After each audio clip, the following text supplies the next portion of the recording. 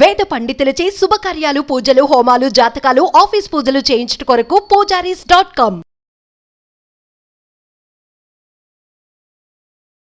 ఆ లలితా సహస్రనామం గుళ్ళో మైకులో చదివేటప్పుడు చదివేస్తున్నాను, కానీ తప్పులు వస్తున్నాయేమో కొంచెం డౌట్ పడి ఇంటికి వచ్చి చాలా బాధపడిపోతానండి. మీరు ఎంతసేపు తప్పుల మీద దృష్టి ఉంచుతారు. అప్పుడు ఏంటి, ఎవరో మాలాంటి వాళ్ళ దగ్గరకు వచ్చి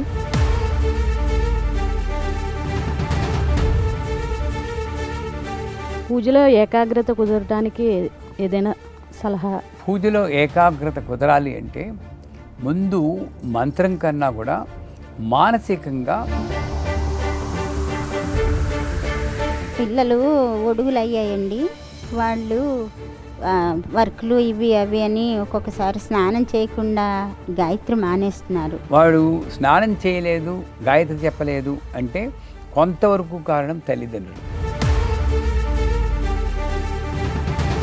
ఇంట్లో వీళ్ళు మంత్లీ ప్రాబ్లం వచ్చినప్పుడు దీపం పెట్టద్దు, మీరు కూడా పెట్టద్దు అని ఇంట్లో అలా తిరిగేస్తారు. అది పెట్టచ్చా పెట్టకూడదా అనేది. ఏది ఏమైనా సరే శారీరకంగా జరిగే మార్పులని ఆధ్యాత్మికంతో లింక్ పెట్టకూడదు. నమస్కారం, వెల్కమ్ టు సుమన్ టీవీ. నేను గీతాంజలి. అందరికీ శ్రావణ మాసం శుభాకాంక్షలు. శ్రావణ మాసం అనగానే ప్రతి ఇల్లు కూడా ఎంత కళకళలాడుతుందో ఆ మహాలక్ష్మి పూజలతోటి. ఇందులో భాగంగా వరమహాలక్ష్మిని పూజించుకునేటువంటి ఒక దివ్యమైన పండుగ దినాలని చెప్పుకోవాలండి. వరమహాలక్ష్మి పూజ విధానమే చాలా ప్రత్యేకంగా ఉంటుంది. అయితే మనకి ఎన్నో సందేహాలు ఉంటాయి వీటి పట్ల. అమ్మవారిని ఎలా పూజించాలి, ఎటువంటి నియమాలు మేము పాటించాలి, ఏం వాయినం ఇవ్వాలి, అమ్మవారికి ఏం పెట్టాలి, అలాగే అమ్మవారికి ఏ పుష్పాలతో అర్చించాలి, ఇలా ఎన్నో సందేహాలు. వీటన్నిటిని నివృత్తి చేసేందుకు కార్యక్రమాన్ని ఏర్పాటు చేసాం. అలాగే ఎంతోమంది మహిళామణులు వారికి ఉన్నటువంటి సందేహాలు నివృత్తి చేయడానికి అలాగే స్టూడియో కూడా ఆహ్వానించాం. అలాగే మనకున్నటువంటి సందేహాలు నివృత్తి చేయాలంటే ఒక మహా వ్యక్తి కావాలి. అందుకనే మేము ఆహ్వానించాం గురు కరుణామయ్య గారిని. వారు శ్రీ విద్య ఉపాసకులు. ఎంతోమందికి శ్రీ విద్యను అంటే ఉపాసన చేశారు, మంత్రోపదేశం చేశారనమాట చాలా మందికి. అందులో భాగంగా వారిని మేము ఈ సందేహాలు అడిగితే ఖచ్చితంగా అందరి ముఖంగానే నేను చెబుతానన్నారు. ఇక ఆలస్యం చేయకుండా కార్యక్రమాన్ని ప్రారంభిద్దాం. స్వాగతం పలికేద్దాం గురువు గారికి. గురుగారు నమస్కారం అండి. చాలా సంతోషం మరొక మారు మిమ్మల్ని కలవటం. ఈ విధంగా ఎంతో శుభప్రదమైనటువంటి ఈ శ్రావణ మాసంలో ఆ లలితా సహస్రనామం గుళ్ళో మైకులో చదివేటప్పుడు చదివేస్తున్నాను, కానీ తప్పులు వస్తున్నాయేమో కొంచెం డౌట్ పడి ఇంటికి వచ్చి చాలా బాధపడిపోతానండి. దానికి ఏమన్నా బాధపడండి, మంచిదే. ఎందుకంటే తప్పులు వస్తున్నాయేమో అని బాధపడుతూనైనా కంటిన్యూ చేయాలి. అప్పుడు కొన్నాళ్ళకి ఆవిడే ఏదో కరుణ వెళ్ళి మంచి చేయిస్తుంది. ఇప్పుడు మన ఇంటర్నెట్లో పెద్దవాళ్ళు సంగీతం నేర్చుకున్న వాళ్ళు అన్నీ రైట్గా చదువుతున్నారన్నా 1,00,000 తప్పులతో ఉంటాయి. పెద్ద పెద్ద సంగీత వాగ్గేయకారులు లాంటి వాళ్ళు కూడా తప్పులు చదువుతున్నారు. ఎవరో ఒకళ్ళో ఇద్దరు సరిగ్గా చదివేవాళ్ళు ఉన్నారు. సామవేదం షణ్ముఖ శర్మ గారు, చెల్లకరే బ్రదర్స్ నాకు తెలిసిన వాళ్ళు, చాగంటి వారు శుభ్రంగా చదువుతారు. మిగతా అందరూ ఎవరితో తప్పులు చదువుతారు. కానీ మీరేంటంటే అక్కడ మీరు ఎంతసేపు తప్పుల మీద దృష్టి ఉంచుతారు. అప్పుడు ఏంటి, ఎవరో మాలాంటి వాళ్ళ దగ్గరకు వచ్చి అసలు లలితా సహస్రనామం ఏం తప్పులు జరుగుతాయి, ఎలా కరెక్ట్గా చదవాలో ఒకసారి నేర్చుకోండి అంతే. లక్ష రోమలతాధారత సమున్నేయ మధ్యమ, రైట్. అది లక్ష రోమలతాధార తాసమున్నేయ మధ్యమ. తాసమున్నేయ ఏమిటి? దుష్ట దూర దురాచార శమనీ దోషవిదిత, తప్పు. అది ఇలా కరెక్ట్ చేసుకుని దుష్ట దూర దురాచార శమని ఇలాగ నేర్చుకుని చదవండి. బాధపడడం తప్పేం కాదు, కానీ దానికోసం మానేయకండి. ఎవళ్ళు ఏం చెప్పినా ఇంటర్నెట్లో కాదు ఎక్కడ చెప్పినా ఇలా చదవకూడదు, దీక్ష ఉంటేనే చదవాలి, అది తప్పులు చదివితే తప్పు, ఎవ్వరు చెప్పినా వినకండి. ఏం వచ్చినా నేను మానను, ప్రహ్లాదుల్లా ఉండాలి. హిరణ్యకశిపుడు పావుల చేత కరిపించినా మానలేదు. ఆ ప్రహ్లాదుడు మీకు అనుగ్రహించుగాక అని కోరుకుంటున్నాను. నా పేరు రమణి. పిల్లలు ఒడుగులు అయ్యాయండి. వాళ్ళు వర్క్లు ఇవి అవి అని ఒక్కొక్కసారి స్నానం చేయకుండా గాయత్రి మానేస్తున్నారు. దానికి ఏమన్నా? మీ సమస్య కాదు. నేను అమెరికాలో ఒక ఇంటికి పూజకి వెళ్ళాను. వాళ్ళు పిట్స్బర్గ్ టెంపుల్లో మన రూపాయల్లో చెప్పుకోవాలంటే 26 లక్షల రూపాయలు ఖర్చు పెట్టి అబ్బాయికి ఒడుగు చేయించాడు. అంత ముందు రోజే చాలా ముచ్చటపడ్డాను. ముచ్చటపడి నమస్కారం పెడితే ఫ్లవర్ చెప్పాను. ఫ్లవర్?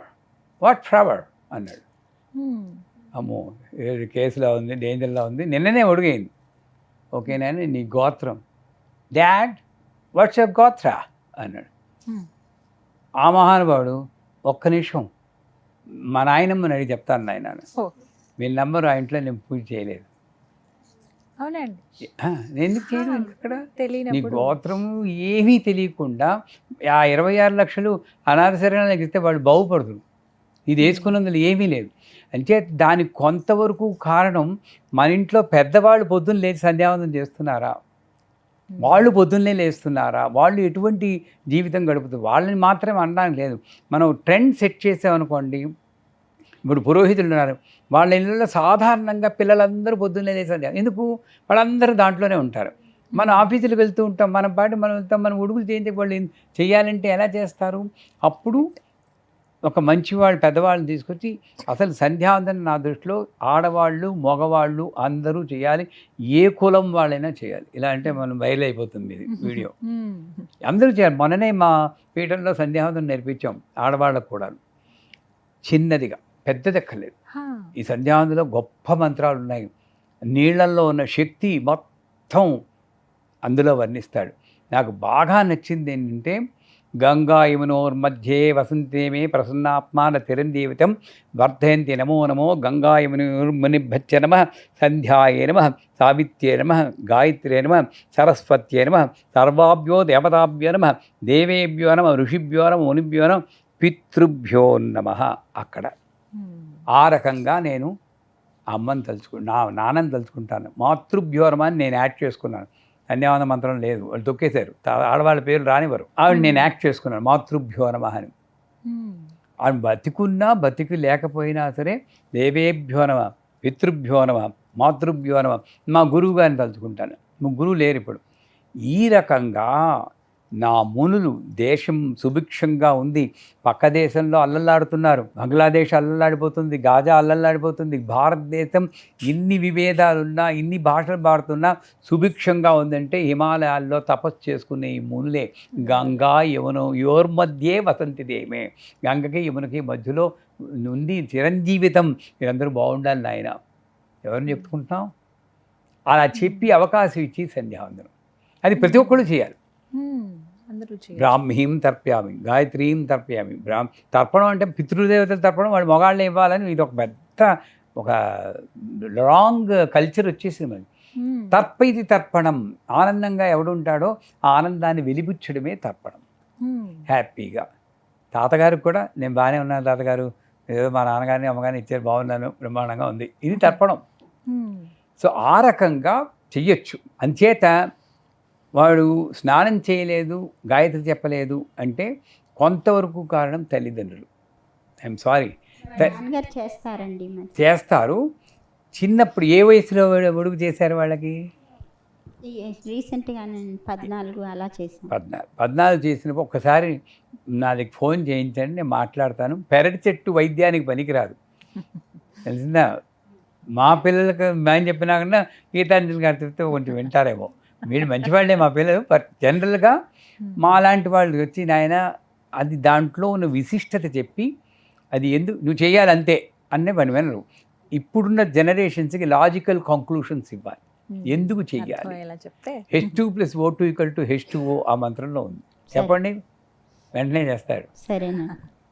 విద్యుత్ ఉంది, అది తల మీద చల్లుకుంటే బ్రెయిన్ సెల్స్ యాక్టివేట్ అయ్యి బ్రహ్మాండంగా తెలివితేటలు వస్తాయిరా, పెద్ద పెద్ద సీఈఓలు అయిపోతారు, వెంట చేస్తాడు.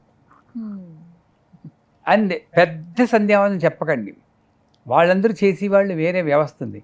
ఇది చిన్న సంధ్యావందనం చెప్పి ఏమి అక్కర్లేదు, ఆచమనం చేసి 11 సార్లు గాయత్రి అదే చెప్తున్నారండి వాళ్ళ నాన్నగారు.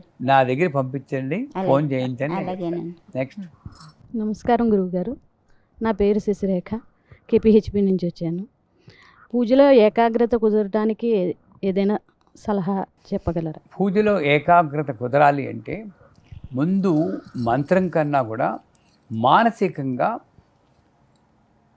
ఏదో చిన్న టెస్ట్ పెట్టుకుందాం మనం. మీరందరూ కూడా మీ జీవితంలో ముఖ్యమైన, మీకు తీరని కోరికలు ఏవో ఉంటాయి కదా, మీకు ముఖ్యమైన కోరికలు 3 చెప్పండి. మీ జీవితంలో ముఖ్యమైన 3 చెప్పండి. టకటకా చెప్పాలి, ఆలోచించుకోవాలి. ముఖ్యమైన కానీ మీకు ఎక్కడ నొప్పి పెడుతుందమ్మా, ఇక్కడ నొప్పి పెడుతుంది అన్నారు అంటే అదే కరెక్టు. ముఖ్యమైన కోరికలు 3 చెప్పండి టకటా. 1 2 ఇంకా దాని వెన్ను 2 3 మీరు మా చిన్న అబ్బాయికి ఐపీఎల్ ఒకటి. రావాలని కోరికండి. మా వారి ఆరోగ్యం బాగుంది, 2 నాకు కూడా ఆరోగ్యం బాగోవాలి. 3 పిల్లలు బాగా చదువుకుని సెటిల్ 1 అంతకుమించి నాకే వచ్చింది. మిగతా 2 గుర్తు రావట్లేదు. మీరు పిల్లలు బాగుండాలని 1 మిగతా 2 గుర్తు ఆరోగ్యంగా రావట్లేదు. ఉండాలి. మీరు నాకైతే కోరికలు లేవు కానండి, ఇప్పుడు వింటుంటే అనిపించింది పురిశ్రీగా చనిపోవాలి అని, కానీ జరగదండి. నేను లేకపోతే మా వారికి చూసేది ఉండదన్నమాట, ఎవరు పట్టించుకోలేరు. మిథునం సినిమా గుర్తొస్తుంది. ఆ. నిజమండి, అంటే నేను లేకపోతే ఆయనకి జీవితం లేదు. అది గొప్పగా.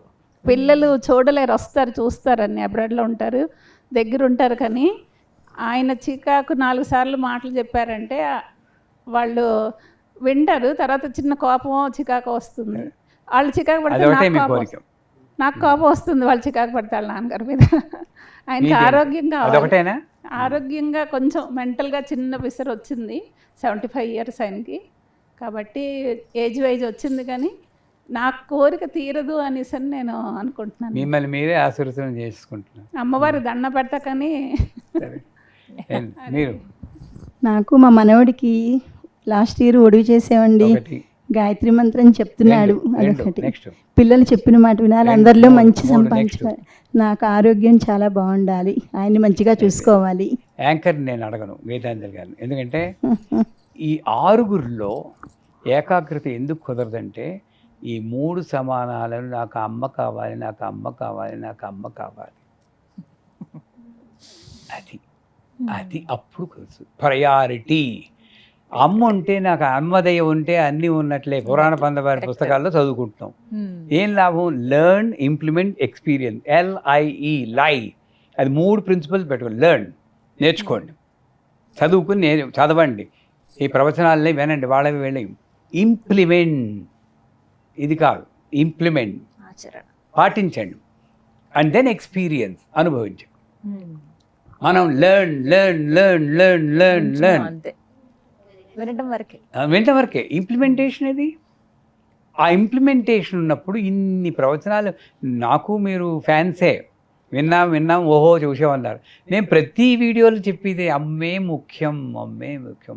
నన్ను నిద్దట్లో లేపి అడిగినా సరే, ఇలా కత్తి పెట్టి అడిగినా ఏంట్రా ముఖ్యం అంటే అమ్మ అమ్మ అమ్మ.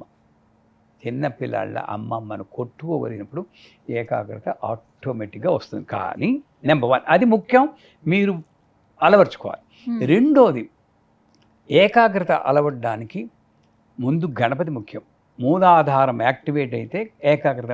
అనుమానము భయము క్రియేట్ చేసి శ్రద్ధ బుద్ధి కుశల ఏకాగ్రత లేకుండా చేసేటటువంటి ఆ స్థితి, శ్రద్ధ లేకుండా, శ్రద్ధ లేకుండా, ఏకాగ్రత లేకుండా ఉంటుంది, భయము అనుమానం వల్ల. అంచేత గణపతి మంత్ర ఉపాసన చేస్తే, ఎవరి దగ్గర దీక్ష తీసుకుని గణపతి 28 అక్షరాలు ఉంటాయి. ఆ 28 అక్షరాలు 28 మంది దేవతలు శ్రీచక్రంలో మొదటి ఆవరణలో ఉంటారు. వాళ్ళ అనుగ్రహం సంపాదించడం చేస్తుంది. అని మా సిద్ధేలకి మా సిద్ధే దగ్గరని సర్వ విద్రావణి సర్వత్రికండే అంతవరకు 28 దేవతలు ఉన్నారు. ఆ 28 దేవతల అనుగ్రహం మీకు రావాలంటే గణపతి మంత్రం చెప్పుకోవాలి. గణపతి మంత్రం సిద్ధించిందా, వాళ్ళు లక్ష్య చేశారా, ప్లస్ అమ్మే నాకు ముఖ్యం, ప్రాణం పోయినా సరే అమ్మే నాకు ముఖ్యం. మనల్ని మనం ఇది అవ్వదు అనుకోకూడదు. నేను వారికన్నా ముందు పోతాను ఏమీ లేదర్రా, ఆవిడ నిర్ణయించుకుంటేనే జరుగుతుంది. ఆవిడ తప్పితం అది రెండూ చేయండి, 100% ఏకాగ్రత. అయితే మా వారు రోజు అమ్మ అమ్మ అనుకునే ఉంటారండి. తెల్లారు లేచింది, అమ్మ నువ్వే నా మొదటి దైవాన్ని, నీ తర్వాత నాన్నగారు అనుకొని, ఇంకా అదే ధ్యాసలో ఉంటారు. కుళ్ళు రాదా? నన్ను వస్తుందండి, కుళ్ళే కదా. ఎందుకంటే 48 years నుంచి నేను చేస్తున్నా, 45 years అయింది మీ అమ్మగారు చనిపోయారు, నేనే చేస్తున్నా మీ కింద, నన్నెందుకు అనరు అన్న. నాకు అవన్నీ బుద్ధులు రాకుండా, చెడు బుద్ధులు రాకుండా ఏం చేయాలో ఒక చిన్నది చెప్పండి. ఆవిడ ఆయన అమ్మని తలుచుకున్నా మీలో ఉన్న అమ్మనే తలుచుకుంటున్నారు. మిమ్మల్నే పొడియరు అనుకోండి, మిమ్మల్ని రక్షిస్తున్నారు. నువ్వు నాకు చేసావు అంటే ఇప్పటికే నేనే మీకు చేశాను అనుకుంటున్నారు. అది ఇంకా పెరిగిపోతే సౌభాగ్యం అన్నది ఈ అహంకారంతో ఉంటే సౌభాగ్యం లేదు. అది లేకుండా రక్షించడం కోసమే భర్త మిమ్మల్ని కాకుండా అసలు అమ్మని వేరే స్త్రీని పొగిడితే మీకు కొడుకు కావాలి, కానీ అమ్మని జగదంబ అన్ని స్త్రీల సమిష్టి రూపం ఆవిడ్ని తలుచుకుంటున్నారు. ఆయన చూస్తూ అనకూడదు, కానీ కుళ్ళు కన్నా ఇలాంటి స్థితి నాకు కూడా రావాలి అని తన్మయత్వం చెందాలి. అది ఉత్తమమైన లక్షణం. చేత ఆయన చేసేది అన్నిటికన్నా ఉత్తమమైన సాధన అదే కరెక్ట్, అమ్మ సాధన. అందులో మీరు 75 అన్నారు. శాస్త్ర ప్రకారం 60 ఏళ్ళు వస్తే షష్ఠ్యబ్ది పూర్తి అని చేస్తారు. అక్కడ మృత్తికా స్నానం చేస్తారు, మట్టితో స్నానం చేయిస్తారు. ఎందుకు? అప్పటికైనా వీడికి తెలియాలి కలిసిపోయే టైం వచ్చిందిరా బాబు, గంట కొట్టేది. ఫస్ట్ బెల్, నేను ముందు రైలు వస్తూ ఉంటే ఫస్ట్ బెల్ కొట్టేవారు, పోయే అవన్నీ మీరు చూసే విన్నారు. అప్పుడు మీరు తినప్పుడైనా ఫస్ట్ బెల్ కొడతారు, టింగ్ టింగ్ అని 2 సార్లు కొడితే అప్పు వరుస డౌన్ ఉండి ఫస్ట్ బెల్ 60. తర్వాత 70వ పడిలో పడ్డాక దాన్ని ఏదో ఉంటారు, ఏదో పూజ గుర్తు రావట్లేదు, ఆ పూజ చేస్తారు. అప్పటి నుండి మా వేమకోటి కృష్ణయ్య గారు గర్విడి సూర్యోపాసకులు చెప్పారు, సుబ్బారావు గారు దాని తర్వాత మంచినీళ్ళు కూడా అడగకూడదు భార్యను సొంతంగా. అంటే వానప్రస్థం మొదలైంది, డిపెండెన్సీ ఉండదు. ధర్మరాజు మహాప్రస్థానం నడుస్తుంటే ద్రౌపది ఆగమంటే ఇంకేం లేదంటాడు చూడండి, ఆ స్థితి. అంటే మీ వారు 75 అన్నారు కాబట్టి ఆ స్థితి వస్తుంది ఆయనకి. రన్నింగ్ అండి, రన్నింగ్ 75, ఇంకా నవంబర్ 25కి నిండిపోతుంది. 70 దాటిపోయింది. అంచేత మెల్లిగా ఇండిపెండెన్స్గా వానప్రస్థంలోకి వెళ్ళి సన్యాసము ఉంటే కాషాయ వస్త్రాలు వేసుకోవడం కాదు, అన్నిటి నుండి విడిపడి అక్కడే ఉంటున్నా దేనితోటి సంబంధం లేకుండా ఆ తాదాత్మ్యంలో అమ్మ అనుకోవడం, ఆ స్థితికి చేరుకుంటున్నారు. సంతోషించండి. మీరు ఎప్పుడు మిమ్మల్ని ఆశీర్వదించుకోకండి, నాకు జరగదు, నేను ముందు వెళ్ళిపోను అన్నది. ఆవిడ ఒకవేళ వెళ్ళిపోవాలంటే మీరే అడ్డుకుంటున్నారు. కానీ నేను వెళ్ళిపోతే ఈయన్ని ఎవరు చూసుకుంటారంటే, ఆయన పుట్టినప్పుడు మీరు ఆయనకి తెలియదు, ఆయన పెళ్ళయ్యేదాకా ఎవరు చూసుకున్నారో ఆవిడే చూసుకుంటుంది. మీరు వెళ్ళిపోయే కూడా మీరు నేను కాదు. అర్థమైందా? సారీ, కళ్ళ నీళ్ళు వస్తున్నాయేమో, బట్ ఎవ్వళ్ళు లేరు అంతే. ఆ రకమైన మీకు 60 దాటే 65 ఏళ్ళు వచ్చాయి, మీరు కూడా అలాగని వాళ్ళు పట్టించుకోకని కాదు, మెల్లిగా ఆ డిటాచ్మెంట్ లేకపోతేనండి చాలా కష్టం అమ్మా. అది ఈ స్థితి ప్రాణం వెళ్ళిపోయడం అన్నది బంధాలను. అందుకే హార్ట్ అటాక్ వచ్చి ప్రాణం పోతే అత్యుత్తమ అనుగ్రహం. ఏ క్యాన్సర్ వచ్చి నువ్వు ఇంకో 2 నెలల కన్నా బతకం అంటే ఆ 2 నెలలు వాళ్ళు పడి బాధ ఎప్పుడైనా ఆలోచించా. అందుకే భగవంతుని ఎందుకు పూజ చేయాలంటే సౌభాగ్యం కోసం కాదు, మనవలు క్షేమంగా ఉండడం కోసం కాదు, గాయత్రి చేయడం కోసం. వాడు చేస్తే ఎంత చేయిపోతాయంటారు. నాకు అలాంటి స్థితి కాకుండా తక్కువని ప్రాణం పోయి తలిసిపోయే స్థితి నాకు రావాలి. అందుకు ఆ దౌర్భాగ్యత చావు కోసం ఎదురు చూసి దౌర్భాగ్యత నాకు కలిగించకు తల్లి. ఎలా అంత మరణయాతనండి, ఉంటూ చూస్తుంటారు, వదిలేసి వెళ్ళిపోతాం. వాళ్ళకి యాతనే, వీళ్ళకి యాతనే. అంటే ప్రతి ఒక్కడు కూడా భగవంతుని ఎందుకు పూజించాలంటే ఈ స్థితి. ఆ బంగ్లాదేశ్లో లేవు మనం, గాజాలో లేవు, యుక్రెయిన్లో లేవు, పవిత్ర భారతదేశంలో ఉన్నాం. చక్కగా సుమన్ టీవీలో కూర్చుని మంచి విషయాలు మాట్లాడుకుంటున్నాం.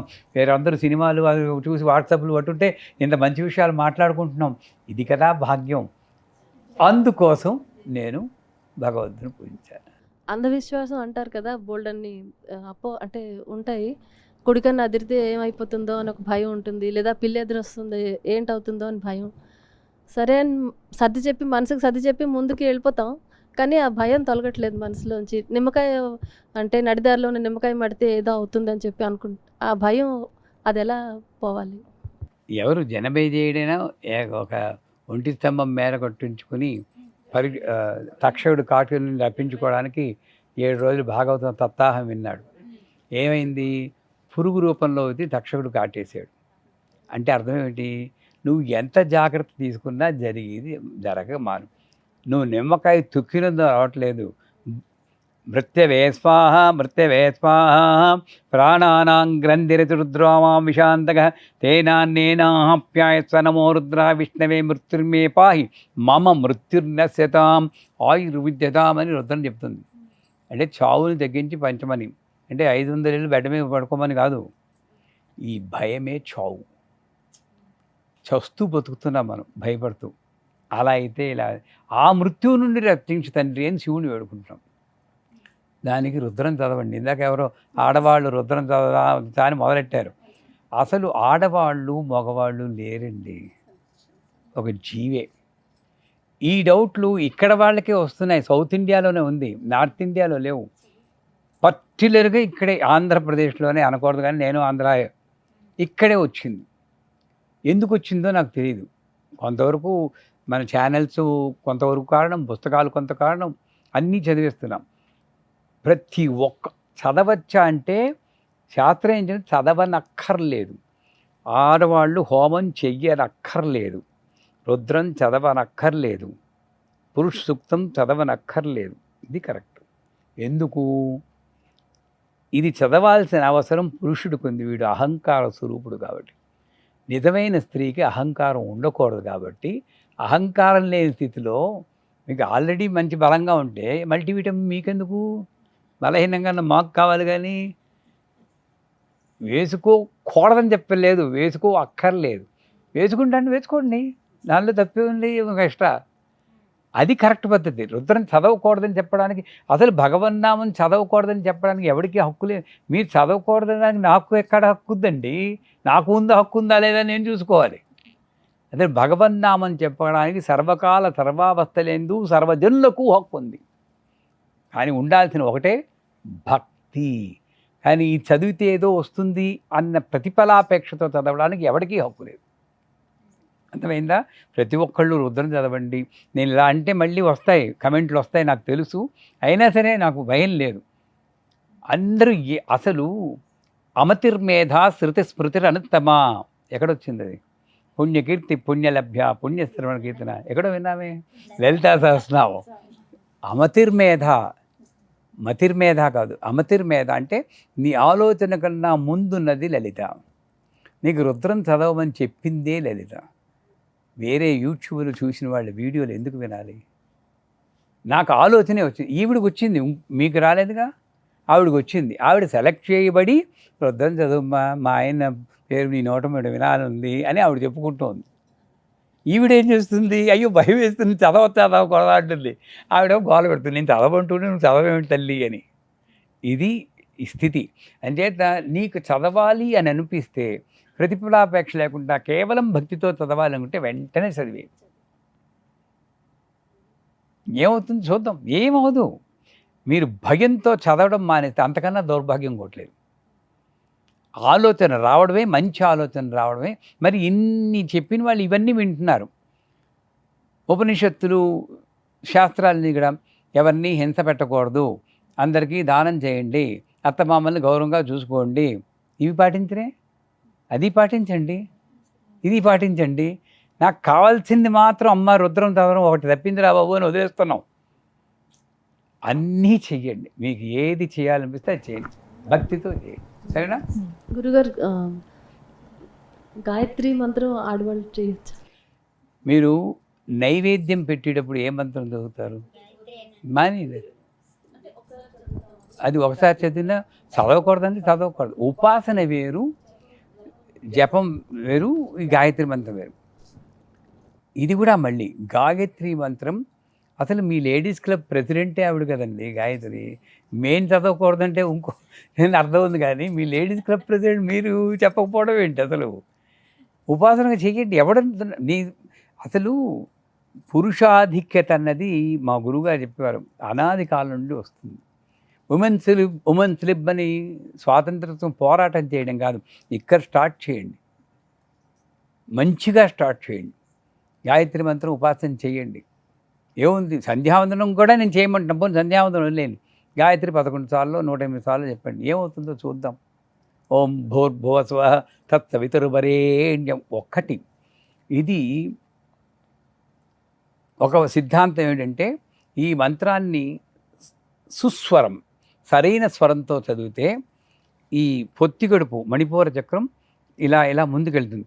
ఓం భూర్భువస్సువః తత్సవితుర్వరేణ్యం భర్గో దేవస్య ధీమహి ధియో యో నః ప్రచోదయాత్. మూమెంట్ చూసారా?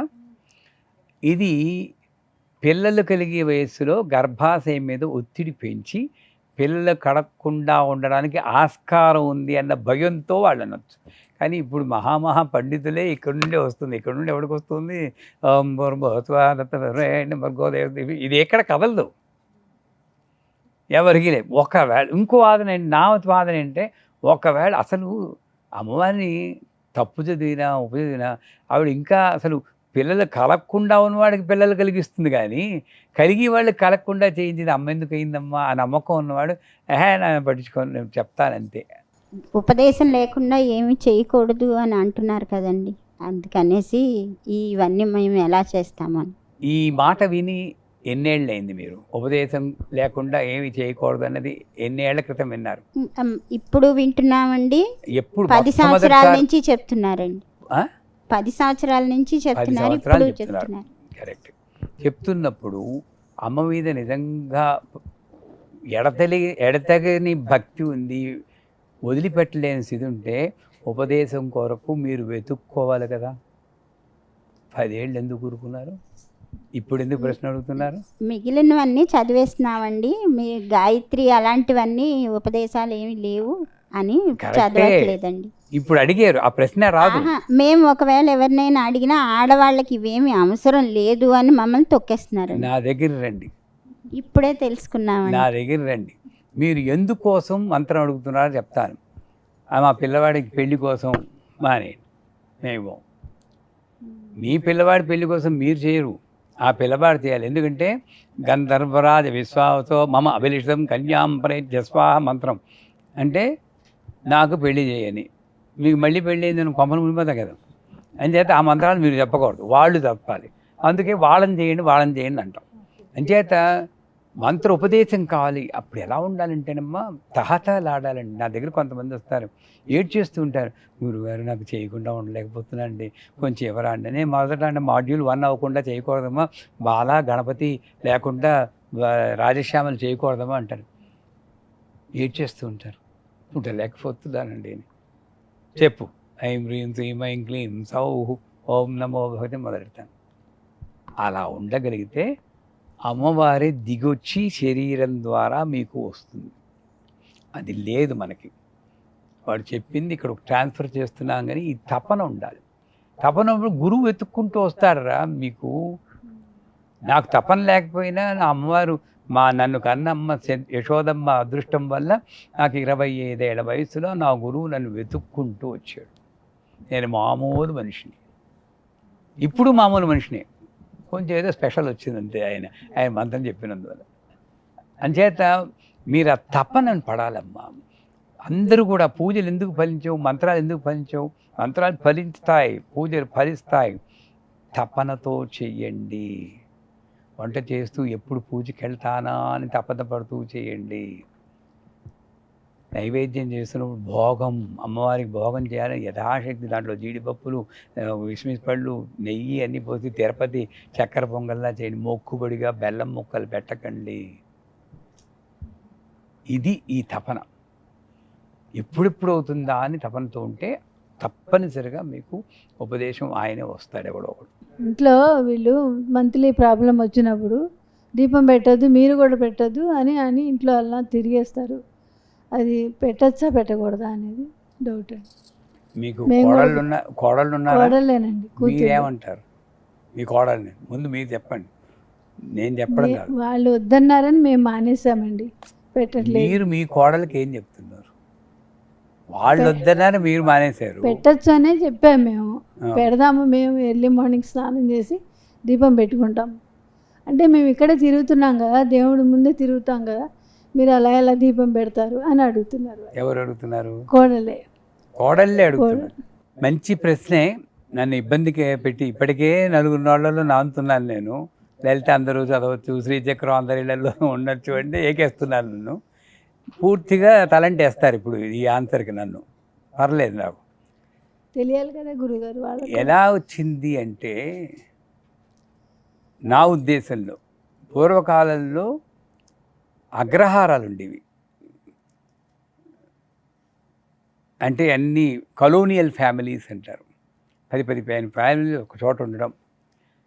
మగవాళ్ళందరూ కూడా వృత్తుల్లో ఉంటారు, వేదాధ్యయనం అలా చేసుకునేవారు. ఆడవాళ్ళందరూ కలిపి కామన్గా గంగాళాలతో ఉండేవారు. అంతే, ఇంక ఏ వాళ్ళు వీళ్ళు ఏం లేదు, అందరూ ఒకటే ఫ్యామిలీ. బ్రహ్మాండమైన ఇది. దాంట్లో వీళ్ళందరూ బాగా అలసిపోయేటప్పటికీ ఒక రెస్ట్ ఇవ్వడం కోసం దాంట్లో బాహ్యంగా శారీరకంగా జరిగే స్థితి కూడా మీకు అలసట ఇస్తుంది కాబట్టి వాళ్ళని దానికి ఒక సెపరేట్ గది పెట్టి, నా చిన్నప్పుడు ఒక గది ఉండేది, ఆ గదిలో కూర్చోబెట్టేవారు. మేము అడిగేవారు, ఎందుకు ఆ గదిలోకి వెళ్తున్నారంటే దేవుడు చెప్తాడని. మాకు అది కూడా అప్పుడు చెప్పేవాళ్ళు కాదు, దేవుడు చెప్తాడు. మీకు ఎలా తెలుస్తుంది అంటే మా అమ్మ దేవుడు చెప్తాడని. నాకెందుకు చెప్పడు, నీకు చెప్పడు అంతే, ఎలా నోరు మూసుకో, ఎలా ప్రశ్నలు నువ్వును అని మా అక్క. తెలిసేది కాదు నాకు. అలా కూర్చోబెట్టేవారు. ఒక రకంగా ఆ సిస్టమ్ మంచిదే, ఆడవాళ్ళ మీద కొంచెం వాళ్ళకి రెస్ట్ ఇవ్వాలని సహృదయతం.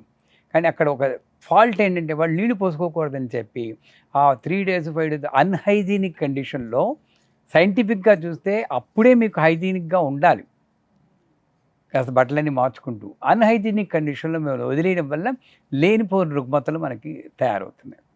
అది కాకుండా సైకలాజికల్గా కూడా మీరు డిప్రెస్ అవుతారు. అలా అందరూ దూరంగా కూర్చోబెడితే పిల్లలు ముట్టుకోకూడదంటారు, అంటరాని వాళ్ళ కింద చూస్తుంటారు. నేను ఎప్పుడు చెప్తాను, దేశకాల పరిస్థితులు బట్టి ధర్మం మారుతుందని. నిత్యక్లిన్నే నిరుపమా నిర్వాణ సుఖదాయిని అని లలితలో చెప్తారు. నిత్యక్లిన్నే బెహరుండే భక్తివాసిని అని ఖడ్గమాల్లో వస్తుంది. ఆ నిత్యక్లిన్న అన్న దేవత తాంత్రిక పరంగా, వైదిక పరంగా వేరే మీనింగ్ చెప్తారు. మా గురువు గారు తంత్రశాస్త్ర నిపుణులు కాబట్టి మాది మిశ్రమాచారం, కౌళాచారం కూడా. కౌళాచారంలో మొదలెట్టాం, కానీ దేశకాల పరిస్థితులు బట్టి మిశ్రమాచారం అంటే దక్షిణ కౌళం కలిపి మేము చెప్తాం. మీరు అనుకునేట్లు ఆ పూజలు అలాంటివి చేసి వాళ్ళని కాదు. ఏంటి నా కండిషన్ ఏంటంటే ఎవరైనా చేయొచ్చు, బ్రాహ్మిన్స్కే చెప్పాలి, వేరే వాళ్ళకి చెప్పకూడదు, ఇలాంటివి ఏమీ భక్తున్నవాడు ఎవరైనా చెప్పచ్చు. సో అలా చూస్తే కామాఖ్య అనే దేవతకి అంబువాచి అని చెప్పి ఉంటుంది, మరి అదే కదా. అప్పుడు వెళ్ళి నేను ఆ ఎర్ర క్లాత్ తెచ్చుకుంటే అష్టైశ్వర్యాలు అది ఎలా ముట్టుకుంటున్నారు, ఆయన దేవుడు. పుష్కరాలు కూడా ఒక రకంగా చెప్పాలంటే అదే అంటారు. ఆ సమయంలో అందులో మునులు వాళ్ళందరూ స్నానం చేసి పవిత్రులవుతారు. ఏది ఏమైనా సరే శారీరకంగా జరిగే మార్పులని ఆధ్యాత్మికంతో లింక్ పెట్టకూడదు. అలాగే భౌతికంగా జరిగేటటువంటి నష్టాలు అంటే భర్త పోవడం, భార్య పోతే యజ్ఞానికి పనికిరాడు, భర్త పోతే సువాసనగా పనికిరాదు. ఈ రెండూ తప్పే నన్ను అడిగితే. భౌతికంగా జరిగే మార్పులకు వీళ్ళెందుకండి, ఓ జీవి ముందెళ్తుంది, ఓ జీవి వెనకెళ్తుంది, దానివల్ల వచ్చేది ఎలా పోతుంది, వీళ్ళు పెట్టుకున్నవి. సో అన్నిటికీ అర్హత ఉంది అందరికీ. ఆ రకంగా చూస్తే ఆ టైంలో ప్రతీదీ చేసి ముఖ్యంగా జపం చేయొచ్చు. కాకపోతే పెద్ద అండర్లైన్ చేసుకోవాలి, మీ కుటుంబాల్లో మీ అత్తగారు మామగారు వాళ్ళు ఏం చెప్తారో, ఈ భర్త ఏం చెప్తారో వాళ్ళు చెప్పినట్టు వినడం మంచిది. నేను చెప్పినట్టు విని మనశ్శాంతి కోల్పోయి కొట్టుకు తెచ్చుకోకుండా వాళ్ళు చెప్పినట్టు మధ్య మార్గంగా అని మనసులో మంత్రజపం చేసుకోండి. ఎవరికి తెలియదు, హాయిగా. నేను అది చెప్తాను, వేమకోటి కృష్ణయాజి గారు లేరు, ఆయన ఇప్పుడు వెళ్ళిపోయారు. గొప్ప సూర్యోపాసకులు. నిప్పులు కొడుక్కుంటారు, నిప్పులు కొడుక్కునేది అంత నిష్ట. నేను అప్పుడు న్యూజిలాండ్లో ఉన్నాను. మా అమ్మాయి వేమకోటి కృష్ణయాజి గారు అంటే మహా ఇష్టం. ఇండియా వచ్చాం 5 ఏళ్ల తర్వాత. రాగానే ఇంకా వెళ్ళిపోయే టైం వచ్చినప్పుడు నాన్నగారు, డాడీ కృష్ణయాజి గారి దగ్గరికి వెళ్దాం అన్నాం. సరేమ్మా రేపు వెళ్దాం. మర్నాడు బయట ఉంది. పద డాడీ వెళ్దాం. చంపేస్తారు, ఆయన దగ్గర వెళ్తానేంటమ్మా ఇలాగా అని అన్నాడు. లేదు డాడీ, ఆయన నీలా కాదు, ఇన్ని కండిషన్లు ఏం లేవు, బ్రాడ్ మైండెడ్. దెన్ మరి పెరటి చెట్టు వైద్యానికి పనికిరాదు కదా, తను ఉంటుంది కదా. అడుగు ఫోన్ చేశాను, వణుకుతూ ఫోన్ చేశాడు. నమస్కారం సుబ్బారావు గారు, ఏంటి రాలేదు? వద్దాం అనుకుంటాను రేపు. వచ్చేయండి అన్న. చిన్న సమస్య వచ్చి పడిందండి, ఇదిగో ఇది సమస్య అన్న. నారాయణ అన్నారు. సరే ఒక క్షణం మైనం, ఏం తిడతారా, ఎటువంటి పదాలు వస్తాయని. రమ్మనండి, అమ్మ ఆజ్ఞ అన్నారు. అటువంటి గొప్ప నిష్ణాతులు వెనక సీట్లో మా అమ్మాయిని కూర్చోబెట్టుకుని భుజం మీద చేసి ట్రావెల్ చేశారు. మొదటి రోజు నేను అన్నాను, అదేంటండి మీ ఆశ్రమంలో మిగతా వాళ్ళు వస్తే పరిమితి వారు మా అమ్మాయి అనేది లేదండి. అది ఆయన చెప్పారు, ఎలా రావాలో చెప్పారు. అప్పుడు అమ్మాయిని తలారా స్నానం చేసి పసుపు కొంగు కట్టుకురమ్మనండి. ఇది మధ్య గత్యంతరం మామూలుగా ఉంది, మామూలుగా రెస్ట్ తీసుకోండి, తప్పేం లేదు. ఆ రెస్ట్ ఎవరిస్తాడు? హాయిగా రెస్ట్ తీసుకోండి. స్నానం చేయండి, స్నానం చేయడం మానకూడదు, జపం చేయండి, దూరంగా కూర్చొని రెస్ట్ సాగుతుంది. మరి ఒకటే రూము, ఆయనకు వంట రాదు, మీ తప్పితే వంట చేయలేరు, ఎవరు చేస్తారు? అలాంటప్పుడు చక్కగా తలారా స్నానం చేయాలి. రోజు స్నానం చేయాలి, తలారా చేసి కాస్త పసుపు రాసుకొని, స్నానం చేసి పసుపు రాసుకుంటారు అందరూ, ఇలా రాసుకోవాలి. రాసుకుని పసుపు కొమ్ము కట్టుకుని, ఇది మంగళకరం. అప్పుడు మీరు మామూలుగా మీ పనుల్లో తీసుకోండి. అది నన్ను అడిగితే నేను చెప్పి, ఇది శాస్త్రం అని నేను చెప్పను, మళ్ళీ నన్ను ఏకేస్తారు. ఇది శాస్త్రం కాదు, నాకు మా గురువు గారు చెప్పింది. అసలు ఆ 5 రోజులు పూజలు గిలగల కొట్టుకోవాలి. ఎలా పూజ లేకుండా ఎలా ఉంటారండి? ఎవడాపగలడు మిమ్మల్ని? ఇది చెప్పి నీట్గా భక్తితో శ్రద్ధతో కాస్త హైజీనిక్గా ఉంటూ అన్ని పనులు చేయొచ్చు. దాంట్లో ఏమీ దోషం లేదు. ఏనా వాళ్ళ మొహం చూస్తేనే పాపం, అసలు మొహం చూస్తే మళ్ళీ వేరే స్నానం చేయాలి అనుకునే వాళ్ళు కూడా ఉన్నారు. అది వాళ్ళని తప్పు పట్టడం లేదు, వాళ్ళ ఆచారం అది. కానీ నాకు మానవతా చూస్తే ఏం చేస్తారండి, ఒక రూములో ఉన్నవాళ్ళు ఉంటారు, అమెరికాలో ఉన్నవాళ్ళు ఉన్నారు, వాళ్ళు ఏం చేస్తారు? తప్పదు. అలాంటి పరిస్థితులు తప్పకుండా స్నానం చేసి మీరు చేయండి. మీ కోడళ్ళు కూడా వినమనండి ఈ వీడియో, స్నానం చేసి చేయమని. వాళ్ళకి ఇంకా డౌట్ ఉంటే నాకు ఫోన్ చేయమనండి, నేను ఇంకా చెప్తాను. చాలా సంతోషం గురువు గారు. ఎందరో మాకు నిత్య జీవితంలో మేము ఎదుర్కొనేటువంటి సమస్యలు, సందేహాలు ఇవన్నీ కూడా చాలా సునాయాసంగా మా అందరికీ అర్థమయ్యే రీతిలో వాటన్నిటిని కూడా నివృత్తి చేశారు. ధన్యవాదాలు గురువు గారు. అందరికీ కూడా నమస్కారం.